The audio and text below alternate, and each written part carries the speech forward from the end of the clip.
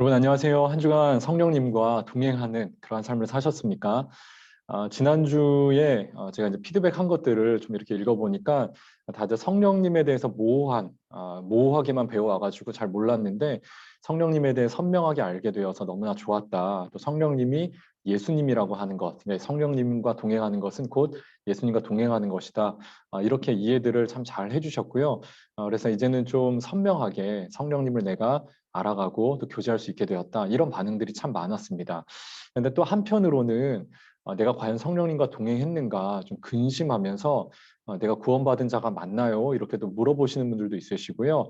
그런 분들도 계셨어요. 근데 제가 이제 1대1로 사실 이거를 좀 만나서 얘기하고 현장에서 여러분들과 함께 이제 교제를 하면서 강의를 진행했다면 여러분들의 상황도 좀 직접적으로 듣고 여러분들이 어떤 상황에서 그런 말씀을 하시는가 이걸 보면서 좀 분별을 좀 할 수 있을 텐데요. 제가 그러지 못하다 보니까 이거를 이렇게 좀 개인적으로 좀 말씀을 드리지 못하는 부분들이 좀 안타깝다. 이제 이런 생각은 좀 들고요. 그리고 어쨌든 여러분들 내가 구원을 받았는가? 또한 내가 과연 구원받은 자답게 합당하게 살아가고 있는가? 이런 질문이 있으신 분들은요. 저는 기본적으로 이거는 성령을 근심하게 하는 것과 똑같다라고 생각을 해요. 우리는 이제 성령을 근심하게 한다 그러면은 뭔가 좀 이렇게 좀 내가 뭔가 잘못됐는가? 뭐 이제 이런 생각들을 많이 하는데 그게 아니고요. 이 부부의 예를 들어서 생각을 해보시면은요. 한쪽에 이제 배우자가 이제 근심하고 걱정하면은요. 또 다른 옆에 있는 배우자가 근심하고 걱정하게 됩니다. 그러니까 이것과 똑같은 거예요. 내가 지금 하나님 안에 있지만은 근심하고 걱정하면은 옆에 있는 배우자가 근심하는 것처럼 성령님이 똑같이 근심하고 걱정하시는 겁니다. 그러니까 여러분 어떻게 보면은요. 내가 지금 그런 거룩한 근심을 지금 하고 있다라고 한다면은 여러분들은 어떻게 보면은 이미 믿음 안에 들어와 있고 구원 안에 들어와 있으면서 내가 어떻게 하면 더 하나님이 원하시는 그러한 기뻐하시는 삶을 살 수 있을까 걱정하고 고민하는 좀 그런 삶을 살고 계시는 것 같다라고 볼 수도 있을 것 같아요. 자, 그런데 또 한편으로는 진짜 믿음이 없고 아예 처음부터 나의 믿음을 해 보셔야 되는 내가 정말 회심한 자인가 이것을 조금 살펴보아야 되는 부분들도 있기도 합니다. 자, 어찌되었던지 간에요. 제가 이거를 뭐 개인적으로 여러분들한테 만나보질 못했고 삶을 들어보지 못했기 때문에 뭐 이렇다 저렇다 판단하기는 어렵습니다. 하지만 제가 이제 1대1을 진행하면서 어느 정도 제가 기준으로서 이제 말씀을 좀 드린 것이었고요. 그래서 여러분들 나중에 혹시라도 뭐 저를 만나 뵙게 되든지 아니면은 또 우리 또 교구 목사님을 통해서도 또 더 이렇게 깊은 또 상담들을 좀 받아보시고요. 제가 이렇게 받았던 그동안의 모든 피드백들은요, 우리 교구 목사님들께 드렸어요. 그래서 우리 교구 목사님들도 보시고 또 여러분들의 신앙 상태나 이런 것들을 보고 계십니다. 그러니까 여러분들 너무 이렇게 걱정하지 마시고 또 우리 교구 목사님들 또 그다음에 강의를 또 제가 진행을 했으니까 또 저한테 물어보셔도 좋고요. 또 실제 물어보신 분들도 좀 있으셨습니다. 이렇게 물어보시면은 또 제가 친절하게 안내를 좀 해드리도록 하겠습니다. 잘 답변을 해주셔서 감사하고요. 자, 그러면 이제 오늘은 이제 마지막 시간입니다. 벌써 8주가 다 지나갔어요. 오늘은 이제 마지막으로 하나님 나라를 위한 순종과 사역에 대해서 우리가 함께 말씀을 좀 나누고 이제 마무리를 좀 하도록 하겠습니다. 제가 마지막 부분에는 1대1 이제 마무리를 하면서 어떻게 이제 수료를 하셔야 되는지 어떻게 마무리를 하셔야 되는지 안내를 좀 해드릴 테니까 여러분들 끝까지 잘 경청을 좀 해주시기 바랍니다. 자, 이제 강의안을 제가 공유를 해드리고요. 자, 하나님 나라를 위한 순종과 사역입니다. 여러분 우리가 이제 순종하면은요, 이거 굉장히 어렵게 생각들을 많이 해요. 근데 이 순종이 어려운 이유는 사실 결과를 예측할 수 없기 때문이죠. 정말 믿을만 한가? 이거 따라가가지고 쪽박 차는 거 아닌가? 이게 사실 걱정되기 때문에 우리가 이제 순종이 선뜻 안 되는 것입니다. 얘기를 하나 들려드리면은요, 이런 예화가 있습니다. 그 미국에 이제 한 시골의 통나무 집에 한 아주 몸이 약한 한 남자가 살고 있었어요. 근데 그 집 앞에 이제 큰 바위가 있어가지고 지나다니기가 너무 불편한 거예요. 그래서 그랬는데 이제 어느 날 하나님이 꿈에 나타나셔가지고 얘야 집 앞에 있는 바위를 매일 밀어라 이렇게 말씀을 하신 겁니다. 근데 그때부터 이 남자는요 이제 이 바위를 밀기 시작을 했습니다. 근데 이게 8개월이 지나도요 꿈쩍을 하지 않는 거예요. 그래서 다시 이제 하나님 앞에 이제 고민을 하고 이제 물어보게 되는 것이죠. 하나님, 이거 8개월 동안 이거 밀었는데 아니 꼼짝도 안 하는데 이거 도대체 왜 밀라고 하시는 건, 왜 밀라고 하시는 겁니까? 그러자 이 남자에게 이제 하나님이 또 나타나셔서 이렇게 물으시는 거죠. 아들아 왜 이렇게 슬퍼하냐? 그러면서 나는 너한테 바위를 옮기라고 한 적이 없다. 나는 그냥 바위를 밀라고만 얘기를 했다라고 얘기를 하는 겁니다. 그리고 나서 이제 나중에 거울을 다시 보니까 이 남자 굉장히 약한 남자였는데요. 자기 몸에 근육이 붙어 있는 거예요. 이전보다 훨씬 튼튼하고 가만 생각해 보니까 늘 기침에 시달리고 늘 일어날 때 피곤에 시달렸는데 기침이 사라졌고 그 다음에 잠을 자고 일어날 때 늘 상쾌하게 아주 한 번에 벌떡 일어나고 그러면서 이제 가만 보니까 이제 그걸 깨닫게 된 것이죠. 하나님의 계획은 바위의 위치를 옮기는 것이 아니라 나를 변화시키시려고, 나를 건강하게 하시려고 이 바위를 밀게 하셨구나. 이제 이것을 깨닫게 되었다라는 겁니다. 여러분 그래서요, 이 성경 말씀에 보면은 이제 이사야서에 이런 말씀이 있죠. 나의 생각은 너희의 생각과 다르다. 나의 길은 너희의 길과 다르다. 그리고 하늘이 땅보다 이제 높은 것처럼 나의 길은 너희의 길과 다르고 나의 생각은 너희의 생각보다 높다. 이제 이런 말씀을 하십니다. 여러분 그리고요 또 빌립보서 말씀에 이런 말씀이 있어요. 선한 일을 여러분 가운데서 시작하신 분께서 그리스도 예수의 날까지 그 일을 완성하시리라고 나는 확신합니다. 여러분 선한 일을 누가 시작을 하셨어요? 우리 안에 예수님께서 오셔가지고 주님께서 우리 안에 선한 일을 행하기 시작을 하십니다. 우리를 변화시켜 가세요. 우리를 통해 하나님 나라를 이루어 가실 것입니다. 여러분 그런데 이 일에 우리는 그냥 동참하는 것뿐이에요. 그래서 우리는 여기에 그냥 물살에 떠밀려 가듯이 우리를 맡겨드리면 된다는 겁니다. 그럼 누가 일을 이루신다고요? 성령 하나님께서 예수님께서 이 일을 이루어 가신다라고 사도 바울의 고백입니다. 자, 여러분 그래서요. 이게 이제 1대1 우리가 배웠던 이 표죠. 제가 이거에 대해서 한 번도 설명을 드리질 않았는데요. 여러분 우리가 예수님께 내 인생을 맡겨드리면요. 예수님이 내 인생의 선장되어 주시고 내 인생을 선한 길로 이제 인도해 주신다라고 우리가 그렇게 말을 하는데요. 자, 이 그림을 보시면은 자, 먼저 여기에 원래 이제 내가 있었죠. 내가 있었는데 여기에 누가 들어와요? 예수님이 들어오십니다. 그러면서 이제 내 삶에 구원의 확신이 들어오기 시작하고 그 다음에 하나님의 속성을, 하나님의 성품을 닮아가기 시작하죠. 자, 그런데 우리가 점점 하나님의 성품을 닮아가고 점점 하나님의 사람으로 자라가기 위해서는 말씀을 읽어야 되고 기도해야 되고 또 우리가 하나님 안에서 또 우리 믿음의 형제 자매들과 교제하고 또 하나님 나라를 전하고 그 다음에 성령 충만하고 성령은 예수님의 영이라고 그랬죠. 그 다음에 그러다 보면 시험도 우리가 극복할 수 있게 되고 또 오늘 배우는 이제 순종하고 주님이 원하시는 일꾼으로 부름 받는 데까지 자 이렇게 우리가 성장하게 가게 되는데요. 근데 이렇게 되면 이제 우리의 노력과 우리의 힘과 의지로 막 뭔가 하는 게 아니고요. 누가 다스려요? 그리스도가 우리를 다스린다. 주님이 우리의 삶을 다스리시기 때문에 여러분 이거 보세요. 이게 지금 배의 핸들링이죠. 배의 핸들링이라서 이 손 잡는 부분들이 보시면 누가 잡는 거예요? 예수님이 잡으시는 겁니다.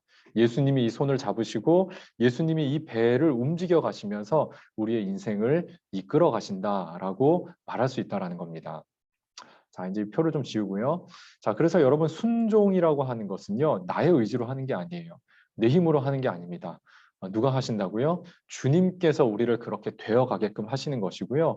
그래서 이 순종이라고 하는 것은 여러분 이것은 의무가 아니고요. 이건 어떤 당위도 아니고요. 우리가 주님을 사랑해서 주님의 그 사랑에 반응하는 것이다라고 말할 수가 있다라는 겁니다. 자, 그다음에 이어서 보시면은요. 이제 순종하는 그러면 삶에 대해서 우리가 좀 이야기를 해볼 텐데 자, 성경에서 순종에 대해 어떻게 이야기를 하고 있느냐라고 했었을 때 여러분 우리가 순종하려고 하면은요. 일단은 내가 따르고자 하는 대상이 존경스러워야 되겠죠. 이분을 내가 믿고 따를 만한 분인가 그게 확실해야 되겠죠. 여러분 그런데 예수님은요. 우리가 믿고 따를 만한 분이라고 성경이 곳곳에서 이야기를 하고 있습니다. 근데 뭐 대표적으로 그냥 한 군데만 이제 찝어 보면은요. 자, 마태복음 28장 18절. 예수님이 승천하시기 직전에 하시는 얘기입니다. 나는 하늘과 땅의 모든 권세를 받았다. 여러분 성경에서 이 예수를 하나님의 아들이라고 얘기하잖아요. 제가 앞에서 이미 다 설명을 드렸지만 아들은요. 이 성경 말씀에서 성경에서 상속자를 뜻합니다. 그 고대 사회에서 아들은 상속자예요. 그래서 아버지의 모든 유산과 아버지의 모든 권한을 물려받는 것이 아들입니다.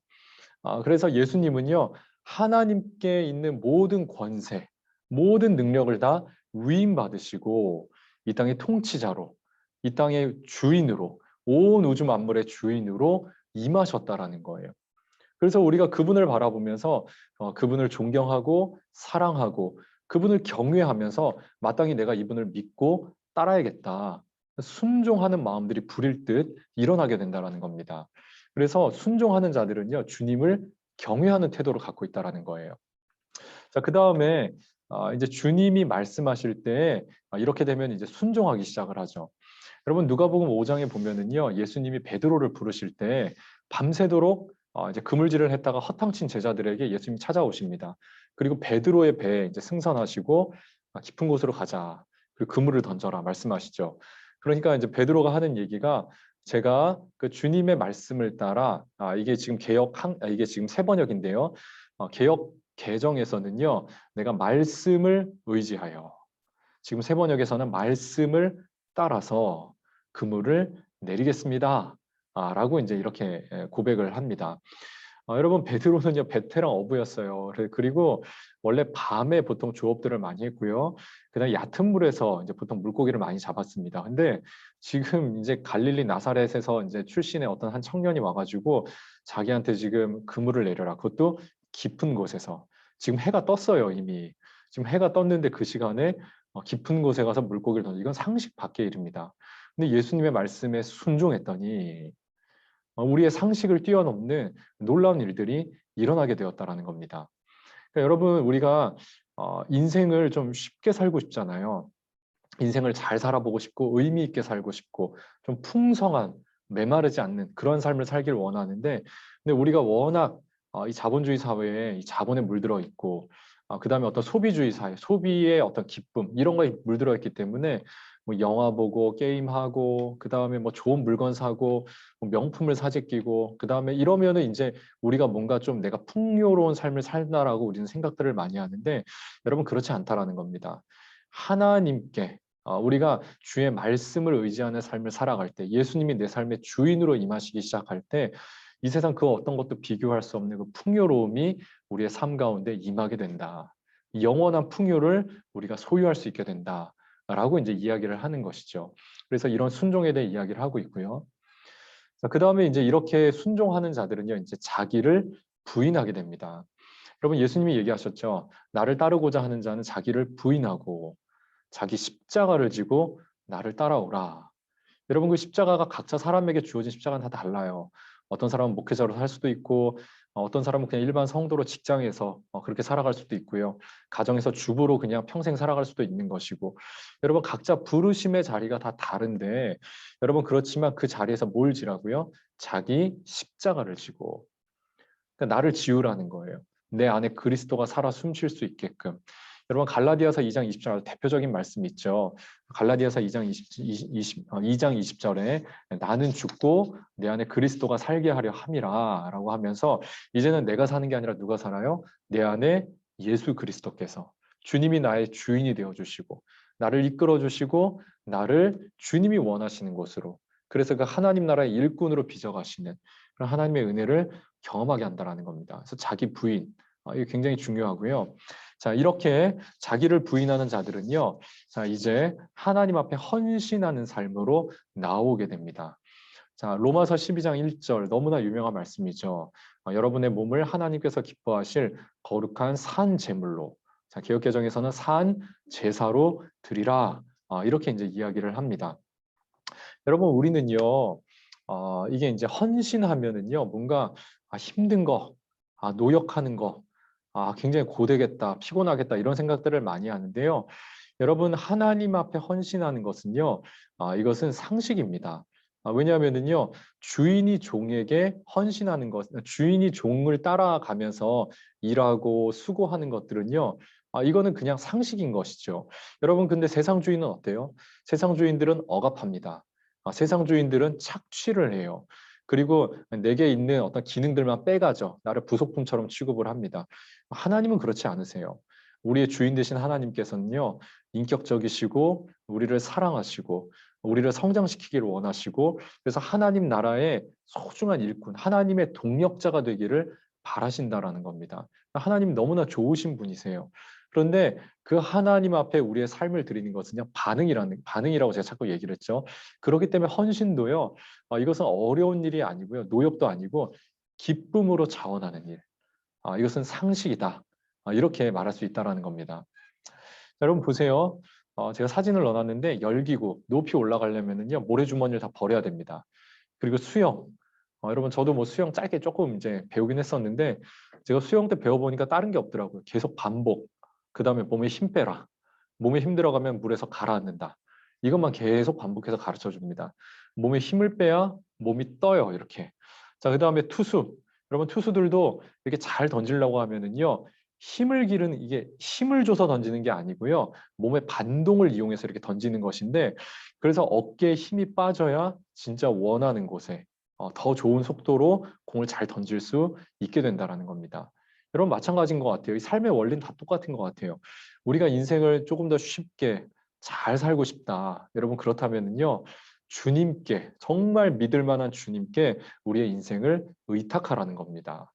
여러분 우리가 왜 이렇게 인생이 힘들고 삶이 고달프게 느껴질까? 여러분 생각해 보면은요. 내 힘으로 살려고 하기 때문에 누군가 나를 도와주는 사람이 없는 것 같기 때문에 그래서 힘든 거 아니겠습니까? 예수님께서 우리를 도와주신다라는 거예요. 자, 그래서 그러면 어디까지 순종을 해야 됩니까? 여러분 가정에서 부부 관계, 부모와 자녀 관계, 그 다음에 일터에서 학교에서 또 자녀 교육의 문제, 또 한국은 이 대학 입시 문제가 굉장히 심각하죠. 자녀 교육도 어떻게 주님이 원하시는 교육을 해낼 수 있을까? 무엇보다 신앙 교육으로 아이들이 예수 잘 믿을 수 있게끔. 그 다음에 돈을 어떻게 써야 될지, 시간을 어떻게 써야 될지, 건강, 그 다음에 인간관계, 뭐 정치, 경제, 사회, 문화, 예술, 사회 모든 영역에서 순종이 일어나야 된다라는 거예요. 여러분 이렇게 모든 영역에서 주님의 말씀에 순종할 때 우리가 그리스도의 장성한 분량까지 자라가고요. 우리를 통해 하나님의 나라가 확장된다는 거예요. 하나님의 나라가 임하고 우리가 먼저 하나님 나라 경험하고 하나님 나라가 확장이 된다라는 겁니다. 여러분 그래서요 그 종교개혁자 칼빈 있죠. 정확하게는 깔뱅입니다. 이 사람이 원래 프랑스 사람이었고 그래서 깔뱅이라고 하는 게 더 맞는데요. 이 깔뱅이 나중에 이제 스위스 제네바로 가가지고 제네바를 갖다가 하나님의 도성으로 만들기 위해서 굉장한 노력을 많이 했습니다. 그래서 실제 그 종교개혁의 유산이요 지금도 그 스위스 지역에 그 제네바 지역에 남아 있거든요. 그래서 이제 제가 신학교 다닐 때 교수님들이 하셨던 얘기가 있었어요. 유럽을 한번 가봐라. 유럽이 뭐 복음화가 다 무너지고 교회가 무너졌다라고 하지만 그들이 갖고 있는 그 정신, 사람을 소중하게 여기고 그 다음에 생명을 귀중하게 여기는 어떤 이런 기독교의 어떤 유산들이 지금도 문화 곳곳에 남아 있다라는 거예요. 한번 꼭 유럽을 가봐라 이런 이야기들을 하셨거든요. 여러분 그래서요 우리의 삶의 모든 영역에서 하나님의 나라가 임하도록 하는 것, 여러분 이것은 순종을 통해 일어나게 된다라는 겁니다.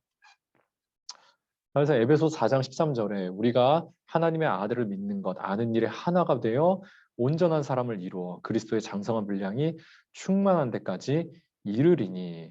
그러니까 우리가 아들을 믿는 것에서 끝난 게 아니고요. 그 다음에 알아가야 됩니다. 공부해야 되는 거예요. 기도하고 말씀 보고 성경 공부에 참여하고 예배를 드리고 믿음의 사람들과 함께 또 공동체를 이루고 그러면서 온전한 사람이 되어서 그리스도의 장성한 분량까지 충만한 데까지 이루도록 하는 것.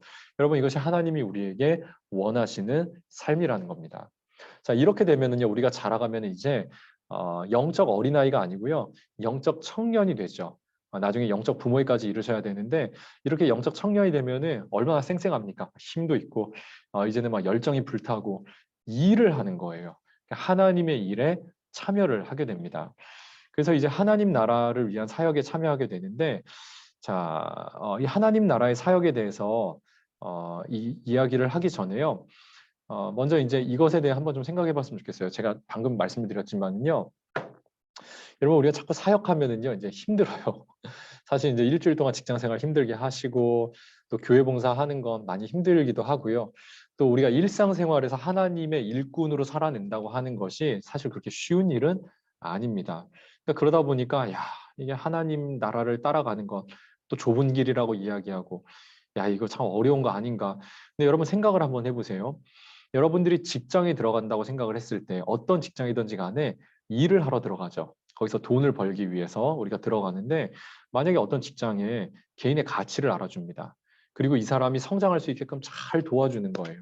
이런 직장이 있고요. 여러분, 그렇다고 해서 이 직장이 힘들지 않지 않겠죠. 뭐 여전히 힘든 일들이 많을 겁니다. 자, 그다음에 또 하나의 직장은요. 들어갔더니만 그냥 나에 대해서 관심이 하나도 없어요. 그냥 내가 가진 기능, 이것만 쏙 뽑아내고, 그래서 나를 그냥 부속품 취급을 하는 겁니다.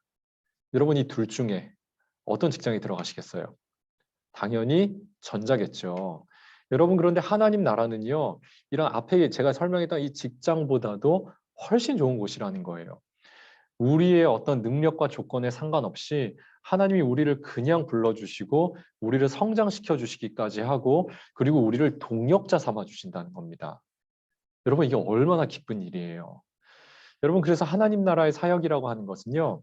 자, 여기 보시면은 우리는 하나님 나라의 사역에 부름받은 자들로, 사역은 노역이 아니고요. 하나님의 사랑에 대한 반응이고, 그다음에 이 세상이 지금 깨어졌잖아요. 이 깨어진 하나님 나라를 회복시키는, 깨어진 세상이라고 썼어야 됐네요. 죄송합니다. 이 깨어진 세상을 회복시키는 일에 우리가 동참하기 위해서, 이 땅을 하나님 나라 되게 하는 일에 동참하기 위해서 부름받았고요. 그리고 사역은 내 힘이 아니라 누구의 힘으로 한다고요? 성령께서 주시는 힘으로, 그 힘으로 하는 것이고, 그래서 이 사역자들에게, 하나님 나라를 위해 부름받은 자들은요, 이 사역은 헌신, 이게 막 힘든 일이 아니라, 이거 헌신은, 이것은 노역이 아니라 상식이다. 이렇게 말할 수 있다라는 겁니다. 자, 그러면은 어떤 사람이 이 하나님 나라 일꾼이 될 수 있을까? 우리는 보통 그런 목사님들, 장로님들, 안수 집사님, 권사님, 그냥 보통 이제 직분자들을 많이 떠올립니다.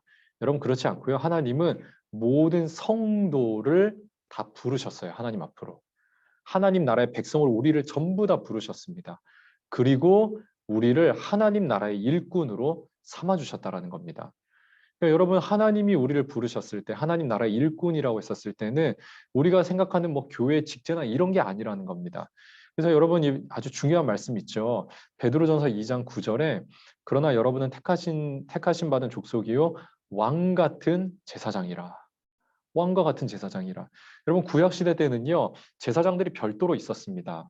그리고 지파도 아예 레위 지파, 여기서만 제사를 드리게끔, 그다음에 이 사람들이 모든 성전에 관련된, 예배에 관련된 일을 관할하게끔 이렇게 구별을 해놓았어요. 여러분, 그런데 예수님이 십자가에 돌아가시고 난 다음에 이제 휘장이 위에서부터 아래로 쫙 찢어지죠. 이제는 누구나 하나님 앞에 다 나아갈 수 있게 되었습니다. 여러분, 그래서 목사의 직분도요, 이 목사도 가르치는 일이에요. 여러분들에게 성경을 가르치고 하나님 나라를 보여주고 어떻게 살아야 할지 방향을 이제 제시해주고 알려주는 것이지, 여러분, 저희가 무슨 뭐 교황처럼 이렇게 있거나 그런 게 아니라는 겁니다. 그래서 왕 같은 제사장이다. 이게 이제 이번 주가 종교개혁 주년, 이제 또 종교개혁 주일이 이제 또 되는데요. 여러분, 종교개혁자들의 모토가 이거였어요. 모든 성도들이 제사장이다. 이게 그 당시에 이제 카톨릭이 너무 이제 사제주의로 이제 바뀌어 있었고 너무 타락해 있던 상황에서 그때 이야기를 그렇게 하는 겁니다. 모든 성도들이 제사장이다. 모두가 하나님 나라의 일꾼이다. 이렇게 이제 선언을 한 것입니다. 자, 그리고 고린도전서도 한번 보세요. 고린도 교회에 이제 교인들이 이제 모였습니다. 근데 이 사람들의 면면을 보니까는요, 지혜 있는 사람도 없고 권력 있는 사람도 없고 뭐 집안이 좋거나 빽이 좋거나 이런 사람도 거의 없었다라는 겁니다. 여러분, 하나님이 우리를 부르실 때는요, 약한 자들을 부르셨다라고 그러죠. 약자들을 부르셔서 어떻게 한다고요? 강한 자를 부끄럽게 하시려고. 여러분, 그래서 하나님 나라에서는요, 이게 차별이 없어요. 그러니까. 그래서 저는 이 성경을 읽으면 읽을수록, 야, 참, 이 하나님 나라가 너무 좋다. 그리고 하나님이 우리를 불러주신 것이 너무나 감사하다. 이 세상의 방식과 다른 어떤 하나님 나라를 우리 가운데 보여주시는데, 정말 이 나라를 우리가 좀 살아내고 그런 공동체를 이루어가는데 우리의 삶을 드리면 너무 좋겠다. 제가 그래서 이렇게 이제 목회자의 길로 또 들어오게 되었는데요. 여러분, 하나님이 우리를 부르실 때는요, 그냥 조건이 없어요. 우리가 뭐 키가 크고 외모가 좋고 뭐 돈이 많고 이게 다 필요 없고요. 그냥 무조건 선택하는 겁니다. 무조건 선택해서 그래서 하나님이 불러주신 것. 여러분, 이게 하나님의 일꾼으로 부름받는 충분 조건이라는 거예요. 자, 이렇게 하나님이 우리를 불러주신 다음에 그러면 이제 우리가 일을 하려고 하면 연장이 있어야 되잖아요. 뭔가 집을 지으려고 하면 벽돌도 있어야 되고 뭐 망치도 있어야겠고 뭐 필요한데 그래서 주시는 게 은사입니다. 여러분, 그래서 은사는요, 선물이에요, 선물. 이게 우리의 이제 성품과 기질이 될 수도 있고 그 다음에 또 어떤 신령한 은사가 될 수도 있겠지만은 여러분, 이것을 주시는 이유는 나를 자랑하려고 나 이렇게 하나님 사랑 많이 받는다 이러고 난 이런 것도 받았어 이게 아니고요. 하나님의 일을 위해서 교회를 온전하게 하고 교회를 세우고 이 땅에 하나님 나라를 건설하는 일을 위해 쓰임 받으라고 그래서 은사를 주신다라는 겁니다. 이 은사에 관한 대표적인 말씀들이 뭐 로마서, 고린도전서, 에베소서 이렇게 있거든요. 자, 먼저 로마서를 보시면은요, 뭐 예언, 섬기는 일, 가르치는 일, 권면하는 일, 나누어 주는 일, 지도, 그다음에 자선을 베푸는 일, 뭐 이런 일들이 있습니다. 요것만 잠깐 살펴보면은요, 예언은 하나님의 말씀으로 경고하고 권면하고 교훈하고 판단하고 그러니까 일종의 통찰력입니다. 이거는. 그래서 목회자들도 이 설교를 통해 예언적 행위를 하고 있는 거죠. 이 시대와 또 개인을 향해 나라와 민족을 향해서 통찰력을 갖고 그것을 가지고 하나님의 말씀을 선포를 하는 겁니다. 그 다음에 섬기는 일, 교회 모든 살림살이를 하는 거죠. 그래서 이것은 이제 교회 오늘날로 얘기하면 이제 집사님들, 교회 일들 많이 하시잖아요. 우리 집사님들. 그 다음에 또 이제 가르침은 교사들. 성경 말씀을 갖다가 많이 가르치죠. 여러분 1대1 교사들도 많습니다. 여러분 이전에 1대1을 하시다가 지금 끊겨가지고 여기에 들어오신 분들도 계실 텐데 1대1 하시는 우리 교사분들. 그러니까 성경을 가르치는 일은 교사로서 내가 섬기고 있다라고 말할 수 있겠죠. 그 다음에 권면. 다른 사람들을 권면하고 위로하고 약한 자들을 돌아보면서 시험에 든 자들을 거기서 좀 건져내주고 우리 권사님들이 이런 일들을 참 잘하시는 것 같아요. 위로하고 엄마의 마음으로 이렇게 품어주시고 기도해주시고 자, 그 다음에 또 나눔, 구제죠. 다른 사람들의 필요를 채워주고 그 다음에 지도는 이제 교인들의 어떤 영적인 상태를 살피고 감독하는 사람들인데 그래서 교회 지도자들이다. 라고 말할 수가 있을 것 같습니다. 오늘날 교회 지도자의 의미가 약간 변질은 된 것 같아요. 뭔가 자꾸만 행정을 하려고 그러고 뭔가 어떤 많은 일들을 하는 것을 지도자라고 생각들을 많이 하는데 원래 지도자의 의미는요. 말 그대로 살피는 겁니다. 지금 이렇게 돌아보는 거예요. 그래서 지금 사람들이 시험 든 자가 없는지 도움이 필요한 자들이 없는지 그래서 이걸 위해서 교회가 어떤 방향으로 힘을 씁시다라고 방향을 제시하는 것이지 일을 하는 게 아니에요. 그래서 여러분들이 지도의 의미도 좀 분명하게 이해를 하실 필요가 있겠고요. 그다음에 자선. 여러분 자선 이제 어려운 아까 그 나눔과 좀 비슷하죠. 여러분 이렇게 우리에게 주어지는 많은 것들이 이게 다 은사, 이게 또 성품으로 나타나기도 하고요. 내가 없었는데 하나님이 주셔가지고 개발이 되는 경우도 있습니다. 근데 은사는 다 뭐라고요? 선물로 주어지는 것이다. 라고 이제 말을 할 수가 있어요. 그다음에 또 고린도전서에는 약간 신령한 은사들을 얘기하죠. 이 고린도전서는 좀 은사가 많은 교회였어요. 성령이 충만해가지고 현상들이 좀 많이 있었는데 뭐 지혜의 말씀, 지식의 말씀, 믿음, 뭐 병 고치는 은사, 뭐 기적을 행하는 능력, 예언, 그 다음에 영 분별, 뭐 여러 가지 방언 통역하는 은사. 제가 은사에 대해서 지난주에 좀 잠깐 말씀을 드렸기 때문에 이거는 그냥 넘어가는 걸로 하고요. 이건 원래 사실 좀 챕터를 하나 따로 떼가지고 몇 시간 더 말씀을 좀 드려야 되는데 일단은 뭐 지금은 이제 사역과 저희가 순종과 사역을 얘기하니까 이 정도로 이제 넘어가고요. 그러니까 신령한 은사도 하나님이 선물로 주시는 것이다. 왜 주신다고요? 교회를 건강하게 세우시려고. 그러니까 이게 신령한 은사들이 있었는데 이걸로 교회가 질서가 깨지니까 사도 바울이 그럴 바에 하지 마라. 그리고 질서를 위해서 해라. 교회를 세우기 위해 일들을 하는 것이 너 자랑하려고 하는 거 아니다. 이렇게 번면을 하게 됩니다. 자, 그 다음에 어떤 사람은 에베소서에 어떤 사람은 사도로, 예언자로, 복음 전도자로, 목사와 교사로 이렇게 세움받았다라고 이야기를 하는데 여러분 보시면 이 목사와 교사 같은 경우에는요. 요거는 한 단어로 되어 있습니다. 이게 end예요. end. 이게 오어가 아니라 목사 그리고 교사 이게 그냥 통칭해서 목사는 교사의 역할도 이제 감당한다라고 볼 수가 있겠죠. 그래서 여러분 이제 이 뒷구절이 중요해요. 성도들을 준비시켜서 여러분 목사를 준비시켜서 장로를 준비시켜서 권사를 준비시켜서 이게 아니고요. 여러분 성도를 준비시켜서 하나님 앞에 부름받은 자들 모든 성도들을 준비시켜서 하나님의 일을 하게끔 하는 것. 그래서 그리스도의 몸을 세우게 하려고 하는 것. 여러분, 이게 하나님이 우리에게 은사를 주시고 직분을 주시는 그러한 이유라는 것입니다. 여러분, 마지막으로요, 그래서 이제 우리가 하나님 나라를 위해 그러면 이제 사역을 하게 되는데, 크게 세 부분으로 나눠볼 수가 있어요. 개인의 삶에서, 그 다음에 교회에서, 세상에서. 그래서 여러분, 전도가 있죠. 전도는 제가 이미 앞에서 설명을 많이 드렸지만은요, 전도는 이제 삶으로 증거를 하는 겁니다. 내가 정말 얼마나 하나님이 기쁘고 즐거운지. 여러분, 제가 아는 분 중에요, 이제 뭐죠? 그 지프, 이제 그거를 이제 그 판매하시는 분이신데, 그 영업 이제 사원으로 계신 분이신데, 그분 뭐 페이스북, 뭐 카톡, 그 다음에 뭐 가보면요, 전부 다 그 내용인 거예요, 전부 다. 그러니까 내가 이 지프를 타고 오늘 어디를 갔다. 그다음에 이 지프를 타고 뭐 오늘은 누구를 만나러 갔다. 그다음에 이 지프의 성능이 어떻다. 뭐 속도가 어떻다. 고속도로에서 느낌이 어떻다. 전부 다 지프에 관한 이야기. 그러니까 왜냐하면 이걸 판매를 해야 되니까. 내가 또 써봐야 되잖아요. 이게 얼마나 좋은지를 얘기하려면 내가 직접 이 삶을 살아야 되는 것이죠. 마찬가지로 내가 주님과 늘 동행하면서 이 주님이 얼마나 좋으신 분이신지, 이 하나님 나라가 세상과는 비교할 수 없는 얼마나 기쁨과 감격과 평화가 가득한 나라인지, 여러분, 이것을 내가 살아내면서 사람들에게 증거하는 것이죠. 삶으로, 입술로. 자, 그 다음에 교회를 섬기는 거예요. 아까 에베소 4장 11절 있었죠. 네. 그래서 성도들을 준비시켜 봉사의 일을 하게 하고 그리스도의 몸을 세우게 하려고. 그래서 교회를 온전하게 하고 섬기는 일에 우리를 부르시고, 여러분, 그 다음에 세상에 침투하는 겁니다. 세상에 침투하는데 이 마태복음 5장은요, 여기는 너희는 세상의 소금과 빛이라, 소금과 빛이라 라고 이제 이야기를 하고 있습니다. 여러분, 이게 예전 이제 개역 한글 개역 그 어디죠?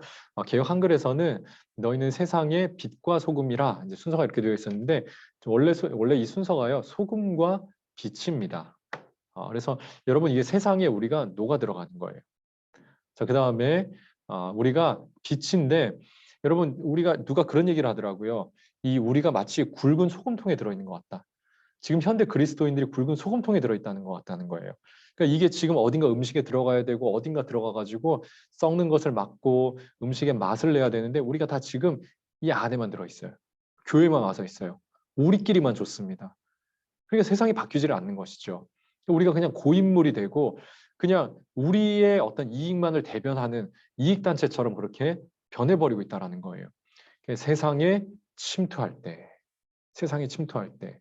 그래서 여러분, 이렇게 세상에 침투하고요. 그 다음에 우리가 주님의 빛을 받아서 세상에 빛을 비추이고, 그랬을 때 이 세상의 모든 어둠이 물러가게 되고, 여러분, 소금과 빛이라고 하는 이 특징이 뭐가 있습니까? 소리 소문 없이 세상에 침투해 들어갑니다. 요란하지 않아요. 그리고 이 두 가지는요, 눈에 보이지 않습니다. 근데 변화를 일으키는 거예요. 그러니까 여러분, 세상을 변화시키겠다고 막 어디 가가지고 막 피켓 들고, 제가 뭐 그 열성이 뭐 나쁘다고 생각을 하지 않습니다. 여러분, 그런데 그렇게 해서 세상이 바뀌는 게 아니고요. 우리는 소리 소문 없이 우리의 삶을 통해서 예수 그리스도가 드러날 때, 그때 사람들이 우리를 보면서 저들이 왜 저렇게 사는가, 그리고 사람들이 하나님 앞으로 돌아오게 되는 그런 일들이 일어나게 된다는 겁니다. 자, 이렇게 우리는 이제 하나님 앞에 순종하고 또한 사역자로 부름받았다. 여기까지 이제 전체 8주차의 모든 과정들을 다 마치게 되었습니다. 자, 여러분, 어떻게 좀 이해가 잘 되셨나요? 그래도 제가 참 감사한 게 여러분들 피드백들 보니까 좀 잘 배울 수 있었고, 좀 차근차근 그동안 몰랐던 부분들이 좀 쉽게 이해가 되어서 좋았다, 이런 반응들이 좀 상당히 많으셨습니다. 그래서 저도 좀 힘을 많이 얻었고요. 그래도 내가 강의를 좀 이렇게 허투루 하지는 않았구나, 이제 이런 생각이 좀 많이 들었습니다. 여러분들, 이 8주, 이 원래는 16주차 굉장히 길고 이 책도 상당히 두꺼워요. 근데 제가 정말 그냥 엑기스만 뽑아가지고 여러분들이 좀 이해할 수 있게 좀 1시간 내로 좀 짧게 좀 진행을 계속 해드렸는데, 여러분들 더 많은 것들은 여러분들이 좀 알아가시고 배워가시고 나중에 1:1 양육자 과정이 있습니다. 이 양육자 과정을 통해 가지고 여러분들이 여기서 조금 더 자세하게 더 많이 배우시고, 그걸 가지고 이제 여러분들이 양육자 자격을 좀 얻으셔가지고 다른 사람들을 좀 양육하시는, 그러면서 여러분, 복음이 내 당대에 끊어지면 안 되잖아요. 내가 받았을 때 나만 좋으면 안 되잖아요. 그러면은 건강한 산모는 아이를 낳는다고 했잖아요. 그러니까 여러분들도 다른 누군가를 복음으로 낳는, 여러분 그 일에 여러분들이 좀 헌신하셨으면 좋겠다. 여러분 이거 누가 좋은 거냐면요, 내가 좋습니다. 여러분 제가 목사로 살면서 가장 큰 유익이 뭐라고 생각하면은요, 제가 설교하고 또 개인적으로 성경 공부하면서 제가 좋아요. 그리고 가르치고 그다음에 이렇게 설교를 하면서 제가 더 좋습니다. 제가 더 정리가 되고 제 안에 복음이 확실하게 정리가 되면서 제가 하나님 나라를 아주 선명하게 이해하게 되는 거예요. 그러니까 여러분들도 마찬가지로 그런 유익을 좀 누리시면 좋겠다. 이제 그런 생각이, 그런 마음들이 있습니다. 마지막으로 이제 1대1 양육에 대해서 좀 마무리를 좀 하고요. 음, 네. 자, 이제 1대1 양육을 좀 마무리하면서요. 자, 강의 소감문. 지금 아직 좀 안 내신 분들이 있으세요. 그래서 이 온라인 좀 힘드신 분들이 계시잖아요. 그래서 온라인이 힘드신 분들은 교회 3층 사무실로 11월 7일까지 저희 3층에 간사님들이 계십니다. 그래서 거기에 이제 이름 다 쓰셔가지고, 이름 이것도 안 적으시면은 나중에 저희가 찾을 수가 없습니다. 제출하실 때 이름 다 적으셔가지고 1주부터 8주까지 내용, 이거를 다 소감을 짧게 적으시면 돼요. 제가 150자 이렇게 얘기했잖아요. 그러니까 짧게 짧게 적으셔가지고 이거를 좀 제출을 해주시고요. 그다음에 온라인으로 하실 수 있는 분들은 다음 주까지 이렇게 좀 온라인으로 하셔가지고 제출을 해주시면 되겠고요. 여러분 강의 소감문이 제출이 완료되어야 수료가 되는 겁니다. 그래야 이제 여러분들 그 뭐죠? 여러분들 나중에 이제 그 교적에, 교적에 이제 이렇게 정확하게 1대1 수료했습니다라고 이렇게 나오게 되고요. 그 다음에 연말에 여러분들 서리집사 교육에 참여가 가능하게 됩니다. 자, 그 다음에 여러분들 이제 그 배운 것들을 제가 아까 말씀을 드렸지만은요, 내가 받은 복음이 내 당대에 끊어지지 않도록 다른 누군가에게 좀 전하셨으면 좋겠어요. 그리고 양육자 교육에 좀 참여하셔가지고 양육자 자격을 좀 얻으시고, 내가 배웠던 것들을 가지고 또 새신자들, 처음 올라오면 우리가 다 매칭되잖아요. 다른 누군가에게 좀 복음을 전수하실 수 있는 그런 삶을 사시면 좋겠다 하는 그런 마음이 있습니다. 여러분 그래서요, 예수님을 통해 하나님을 알아가고 하나님 나라를 누리시고 하나님 나라를 소망하는 매일의 삶이 되시길 바라고요. 여러분 8주 동안 너무너무 수고 많으셨고요. 제가 뭐 만나지는 못했지만은 그 뭐죠? 여러분들이 내신 그 소감문을 통해서 여러분들 간접적으로 이렇게 만났고, 또 우리 목사님들에게도 여러분들 소식 또 이렇게 또 반응하는 분들이 있었습니다라고 이렇게 알려드렸어요. 그래서 여러분들도 하나님 안에서 계속 자라가시고, 그 다음에 도움이 필요하면 여러분 교구 식구들을 통해서, 또 구역장님들 통해서, 지역장님들 아니면 또 우리 목사님들을 도움을 받으셔가지고 여러분들 무럭무럭 자라셔서, 여러분 영적 어린아이 계시면 안 돼요. 여러분 태어난 아이는요 자라게 되어 있습니다. 영적 아이로 아직도 계시다면, 아직도 어떤 분들은 조금 내 믿음이 조금 진짜 태어났나 이렇게 생각하시는 분들도 계시던데 괜찮습니다. 이미 와 계시기 때문에, 그러면 우리가 안에서 이미 모태에서 품어지고 있다라고 저는 생각을 해요. 그래서 여러분들 태어나시고 회심하시고 하나님 안에서 자라가셔가지고 영적 청년으로, 그 다음에 영적 부모에까지 이르러서 이제는 다른 많은 사람들을 좀 돌보고 세우는 그 일에 여러분들이 귀하게 세움 받는 저와 여러분들이 되셨으면 좋겠습니다. 자, 여러분 8주간 수고 많이 하셨습니다. 감사합니다. 축복합니다.